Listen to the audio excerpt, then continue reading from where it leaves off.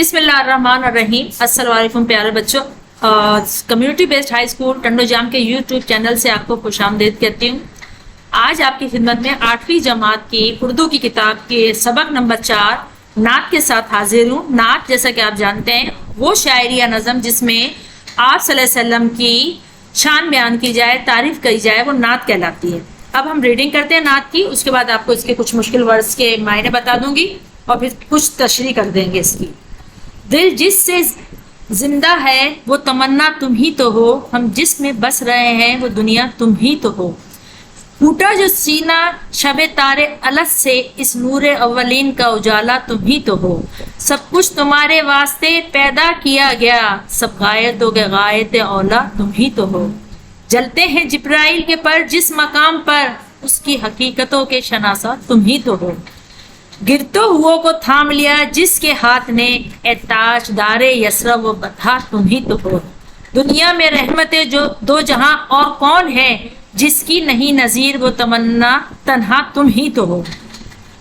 یہ میں نے آپ کو نعت پڑھ کے سنائی۔ اب جیسے کہ آپ دیکھ رہے ہیں اپنی اسکرین پر، یہ چند مشکل ورڈز تھے اس نعت کے، جیسے تارے الست، روز ازل کی طرف اشارہ ہے جب اللہ تعالیٰ نے تمام روحوں سے اپنے رب ہونے کا اقرار لیا تھا۔ اس کے بعد دوسرا لفظ ہے نور اولین، سب سے پہلا نور یعنی اللہ کا نور۔ غایت یعنی کہ مقصد، غایت اولا سب سے اعلیٰ مقصد۔ یسرب و بطحا مدینہ شریف کے دو پرانے نام ہیں، پہلے مدینہ پاک کو یسرب اور بطحا کے نام سے بھی جانا جاتا تھا، نظیر مثال کو کہتے ہیں۔ یہ الفاظ کے معنی تھے۔ اب تھوڑی سی اس کی میں آپ کو تشریح کر دیتی ہوں۔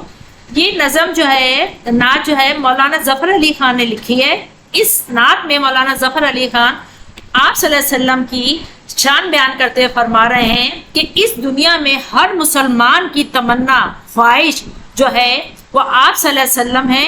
ہر شخص جو ہے آپ صلی اللہ علیہ وسلم کے نقش قدم پر چلنا چاہتا ہے۔ ٹوٹا جو شب تارے الست سے، اس کا نور الاولین کا اجالا تم ہی تو ہو، کہ جو رات کے اندھیروں میں اجالا ٹوٹا تھا، جو عرب کے صحراؤں میں اجالا پھیلا تھا، اس اجالے نے جو تمام دنیا کو حق کے پیغام سے روشن کر دیا، وہ آپ صلی اللہ علیہ وسلم ہے۔ اللہ پاک نے اس جہاں کو اور آخرت کے جہاں کو آپ صلی اللہ علیہ وسلم کے لیے بنایا۔ اس جہاں کو بنانے کا مقصد آپ صلی اللہ علیہ وسلم کے لیے ایک طرح کا تحفہ تھا۔ جلتے ہیں جبرائیل کے پر جس مقام پر، اس کی حقیقتوں کی شناست امید ہو۔ بچوں اس شعر کے اندر شاعر جو ہے شب معراج کے واقعے کی طرف اشارہ کر رہے ہیں۔ آپ کو جانتے ہوں گے، آپ کو معلوم ہوگا کہ 27 رجب کی شب آپ صلی اللہ علیہ وسلم کو حضرت جبرائیل علیہ السلام لینے کے لیے آئے تھے، اللہ پاک کے بلاوے پر اللہ پاک سے ملاقات کے لیے لے جانے کے لیے۔ تو آپ صلی اللہ علیہ وسلم حضرت جبرائیل رضی اللہ تعالیٰ عنہ کے ساتھ اللہ پاک سے ملاقات کے لیے جب روانہ ہوئے تو ایک مقام ایسا آیا جہاں جا کے حضرت جبرائیل علیہ السلام تھم گئے، ٹھہر گئے، اور انہوں نے آپ صلی اللہ علیہ وسلم سے یہ کہا کہ یا رسول اللہ، اس کے آگے میں نہیں جا سکتا۔ اور آپ صلی اللہ علیہ وسلم کے معلوم کرنے پر انہوں نے جواب دیا کہ اس سے آگے آپ تنہا جائیں گے اللہ پاک سے ملاقات کرنے کے لیے، اس سے آگے میں نہیں جا سکتا، مجھے اجازت نہیں ہے، میں اس سے آگے جاؤں گا تو میرے پر جل جائیں گے۔ گرتوں وہ کو تھام لیا جس کے ہاتھ نے، اے تاج دار یسرب و بطحا تم ہی تو ہو، کہ اللہ آپ صلی اللہ علیہ وسلم نے وہ لوگ جو گناہوں میں ڈوبے ہوئے تھے، جو اللہ سے منکر تھے، اللہ کو پہچانتے نہیں تھے، ان غم زدوں کو یا ان بھٹکے ہوئے لوگوں کو آپ صلی اللہ علیہ وسلم نے تھام لیا اور ان کو اللہ کی ذات سے آشنا کرایا۔ دنیا میں رحمت دو جہاں اور کون ہے، جس کی نہیں نظیر وہ تنہا تم ہی تو۔ آپ صلی اللہ علیہ وسلم واحد وہ ہیں جو اس دونوں جہاں کے تاجدار ہیں۔ اس جہاں میں بھی آپ سب کچھ ہیں اور اس جہاں میں بھی آپ صلی اللہ علیہ وسلم کو اللہ پاک نے نبیوں کا سردار بنایا۔ یہ اس کی نعت کی میں نے تھوڑی تشریح سمجھانے کی آپ کو کوشش کری ہے۔ اب آپ ایکسرسائز دیکھ رہے ہوں گے، کچھ اس میں معروضی سوالات اور کالم میچ کرنے کا دیا گیا ہے کام، تو یہ آپ جو ہیں اب بچوں نعت کی مشق کی طرف آتے ہیں۔ اس میں چند سوالات دیے گئے جن کے آپ کو جوابات بتا رہی ہوں۔ پہلا سوال ہے، شاعر نے حضور اکرم صلی اللہ علیہ وآلہ وسلم کو بے نظیر یعنی بے مثال کیوں کہا ہے؟ اس کا جواب ہے، شاعر نے حضرت محمد صلی اللہ علیہ وآلہ وسلم کو بے نظیر بے مثال اس لیے کہا ہے کیونکہ ان جیسا نہ اس جہاں میں کوئی ہے نہ اس جہاں میں کوئی دوسرا ہے۔ دوسرا سوال ہے، بے جلتے ہیں جبرائیل کے پر، یہ کس واقعے کی طرف اشارہ ہے؟ تو بچوں جیسا کہ آپ نے یہ نعت پڑھی ہے اور آپ جانتے ہیں اس سوال میں جلتے ہیں جبرائیل کے پر سے شاعر کی مراد واقعہ معراج کے بارے میں بتا رہے ہیں، جب 27 رجب کو اللہ پاک نے آپ صلی اللہ علیہ وسلم کو ملاقات کے لیے بلوایا تھا۔ حضرت جبرائیل علیہ السلام ان کو لینے کے لیے آئے تھے، تو آپ صلی اللہ علیہ وآلہ وسلم حضرت جبرائیل علیہ السلام کے ساتھ اللہ پاک سے ملاقات کے لیے گئے، تو ایک خاص مقام ایسا ہے جہاں حضرت جبرائیل علیہ السلام پہنچ کر رک گئے اور آپ صلی اللہ علیہ وآلہ وسلم سے عرض کری، یا رسول اللہ اس سے آگے میں آپ کے ساتھ نہیں جا سکتا، اس سے آگے آپ اکیلے جائیں گے کیونکہ اس سے آگے جانے کی مجھے اجازت نہیں ہے، میں گیا تو میں جل جاؤں۔ یہ اس واقعے کی طرف اشارہ ہے۔ اگلا سوال ہے، جی آیت کہتے ہیں مقصود یا ہدف کو، غائب سے کیا مراد ہے؟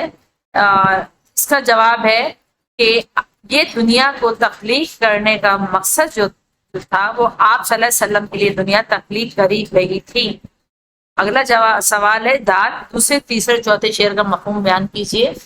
تو اس کا جواب آپ اس جو آپ کو یہ ویڈیو میں پڑھائی کرائی گئی ہے اور وضاحت دی گئی اس میں بآسانی مل جائے گا۔ اگلا سوال ہے، دال نعت میں استعمال ہونے والی ردیف بتائیے۔ ردیف آپ جانتے ہیں، آپ کو اس سے پہلے ہی بتایا گیا ہے کہ شعر کے 2 مصرے ہوتے ہیں، دوسرے مصرے یعنی مصرع ثانی میں سب سے آخر میں استعمال آنے والے لفظ کو ردیف کہا جاتا ہے، اور ردیف تبدیل نہیں ہوتا، ہر شعر کے مصرع ثانی میں جوں کا توں دہرایا جاتا ہے۔